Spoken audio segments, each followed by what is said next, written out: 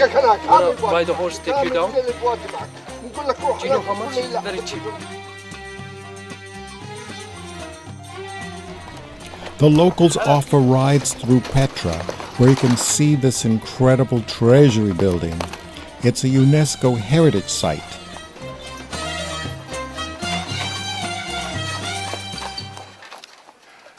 Petra is not just the Treasury. It's also the tombs that you see in the background. And they were carved in this beautiful red sandstone. The history of Petra is a big mystery. After they were attacked, it is said that when the Greeks led this campaign and attacked the Nabateans, it is said that during the day of the attack, the men and the youth, they were outside of Sela. And Sela, S-E-L-A, is not really close from here. Today, when you drive to get there, you need 1 hour. During the day of the attack, they were looted, women were killed, and it is said that the men and the youth, they were outside of Sela, either for a ritual, which is a religious ceremony, or maybe they went on a trade. However, they came back by the end of the day, and they found that their families were killed, looted, or maybe the women were raped. That's in theory. So what they wanted to do is to revenge. So they followed the Greeks, and they took them down. As that happened, they started realizing that they are not the only people in the region, that there are other civilizations. So it was time for them to start exploring the southwest of Jordan.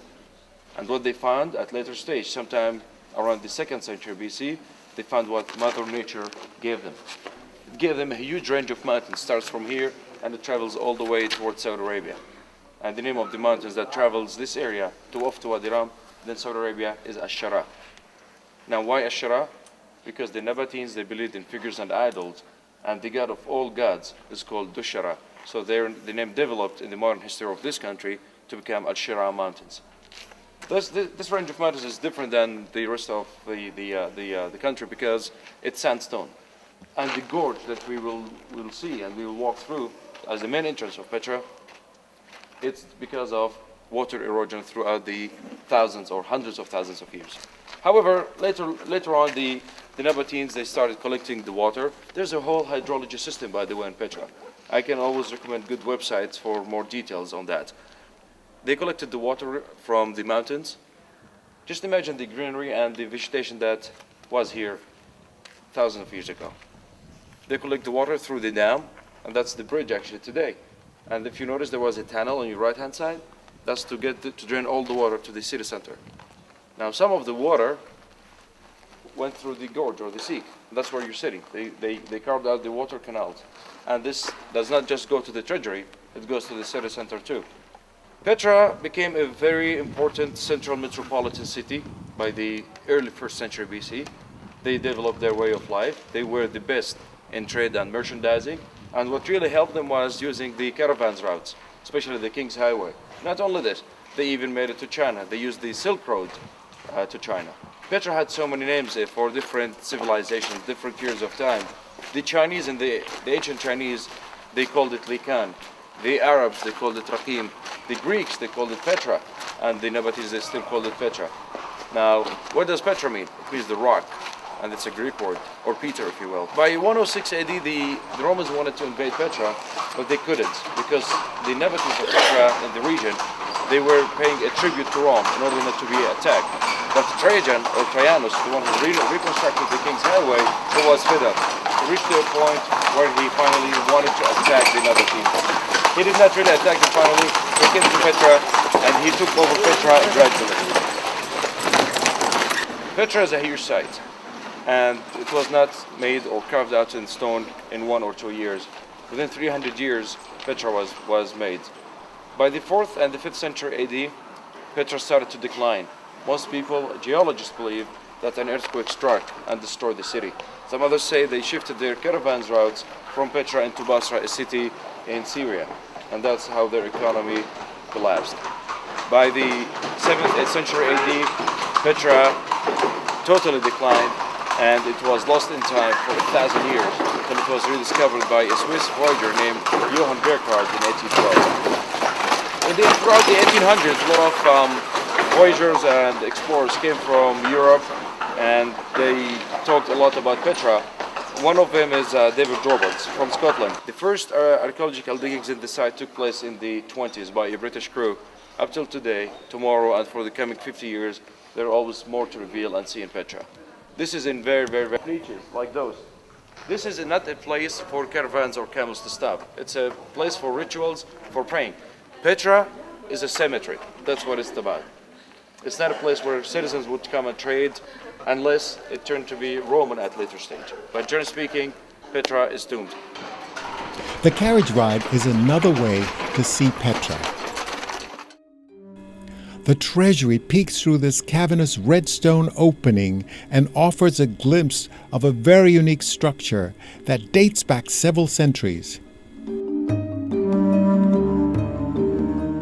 Petra is such a unique structure that everyone who visits, it changes their lives forever.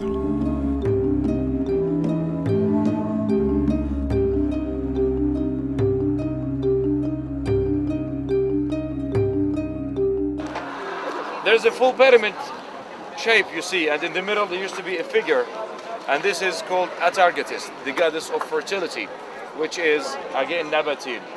If you look at the third column, the lower level, you can see that it's gone. It's destroyed on the drawings of David Roberts, but here they refurbish it. They put it back up, they restored it back in the early 1960s. All the figures with the Corinthian capitals, again, it's all about representing Greek influence, Roman influence, Hellenistic, which is a mixture of Oriental with Greek, and Nabatean and Pharaohs. The important thing now to know is what is inside.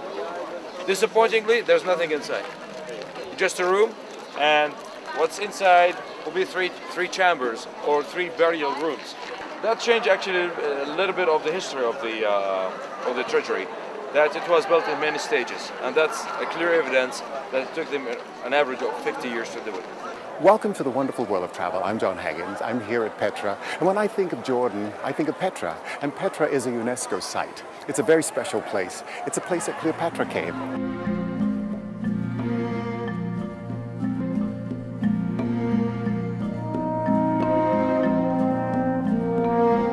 The amphitheater was once used for performances. My name's Suleiman. Suleiman. And you're a Bedouin. Suleiman and Bedouin. From Bedouin. And where do you live? Where's your village? The village behind the mountain. Oh, so you're close by. And you take your donkey home with you? Yeah. Oh. Do you only have one donkey? Yeah. These carvings in the cliffs are actually tombs.